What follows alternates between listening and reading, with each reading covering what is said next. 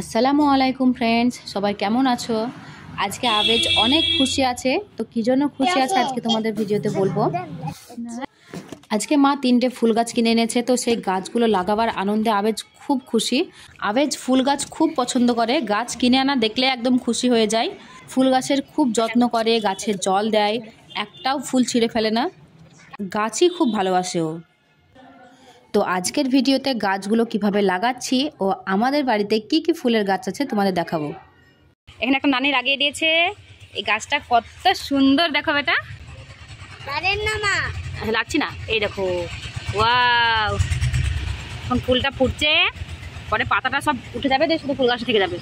Orange colour মরক ফুল, অনেক রকমের গাঁদা, যেমন হলুদ গাঁদা, কমলা গাঁদা, রক্ত গাঁদা, তারপর টেবিল ফুল, লাল গোলাপ, হলুদ গোলাপ, গোলাপি কালারের গোলাপ, অনেক রকমের 3 থেকে 4 রকমের গোলাপ গাছ, ঝাউ গাছ, বেবি ডল, চন্দ্রমল্লিকা, ক্যাপসিকাম, লঙ্কা, তেজপাতার গাছও আছে।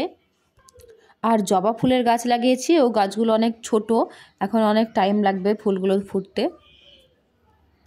একটা বেগুনি কালারের জবা আর একটা লাল কালারের জবা হবে যখন বড় হয়ে ফুলগুলো ফুটবে। আর একটা ফুলের আমি নাম জানি না, তবে এই দেখো, এই ফুলটা আমার খুব পছন্দের ফুল, সবচাইতে সুন্দর লেগেছে আমার এটা। কত সুন্দর ফুলটা, একদম লাল কালারের।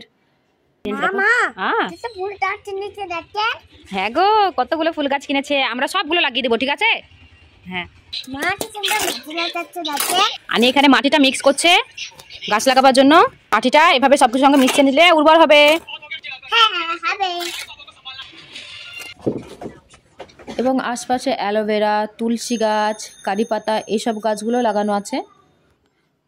এগুলো প্রয়োজনে ব্যবহার করা হয়।